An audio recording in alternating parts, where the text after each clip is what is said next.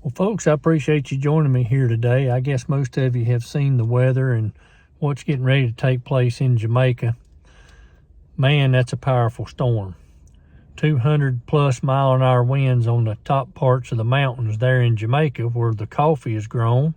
Some of the best coffee you could ever drink. Blue Monkey is the name of it. Very good coffee that I've had out of Jamaica. Probably some of the best. Was able to pick up some that they had harvested right there in Jamaica when we were down there in the early 90s helping to rebuild churches that were destroyed by hurricanes. Yeah, we went down around 5 times to Jamaica to help rebuild churches in the Savannah Lamar area there in Jamaica, and from what I'm seeing on the weather, it looks like those areas are going to be absolutely devastated.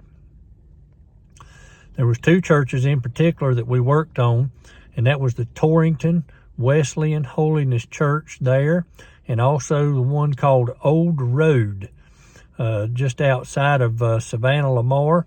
These 2 churches are in very poor areas where the homes are mostly dirt floors or built from scrap wood and things sitting on cinder blocks on the corners and things like that. Very, very poor area. These areas on the interior part of Jamaica all tend to be this way because the resort areas are where all the money's located.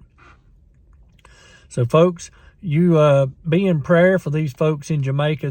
They're getting hammered probably about right now, and we need to be in prayer for them because with something of this magnitude, there's probably going to be a lot of lost lives.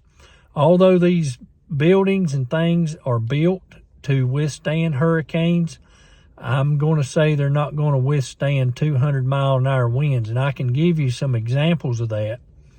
When a footer is dug and poured in Jamaica, they stick rebar up about 16 feet, and then the block work goes in, and then when the final stuff is done, before the plates is put on, we pour concrete down in those walls and secure them, and then we take and put the plate on it and run the rebar through the plate.